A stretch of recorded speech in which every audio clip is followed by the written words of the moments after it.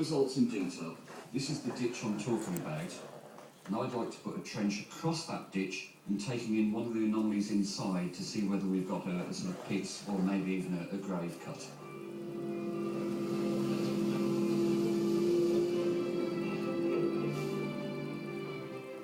So although we're really stretched up at the villa, we're putting in a trench to establish whether or not this is indeed the location of the Heavens Wall Cemetery. Just one little second. It's tiny, but it does look like a little beady rim there, and that could easily be a little Roman pot. Job done.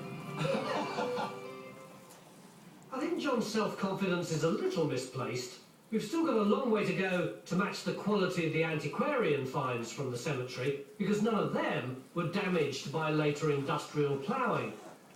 Here we've got a very early piece of samian there, made in Gaul. It's right from the early part of the Roman occupation. Very unusual to find that complete, but I can see that being used as the lid to a cremation urn, which they very often were. These are probably grave goods too, for libations or food for a grave. Then we've got the Samian cup, which is probably a grave good holding wine or liquid or something for the deceased.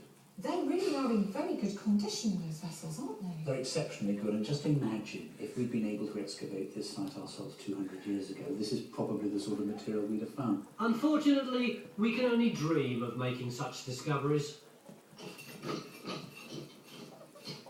But back in the copse, there's been a breakthrough, and Phil now thinks he is digging a bathhouse. But now we got down here, we've got this concrete type block in here. Now this is, well, I'm sure it's in situ, it's not a piece of loose debris.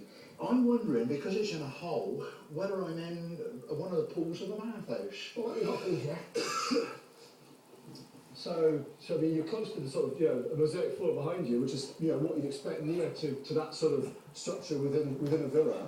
And you've got, it's definitely sort of, say, brick structure.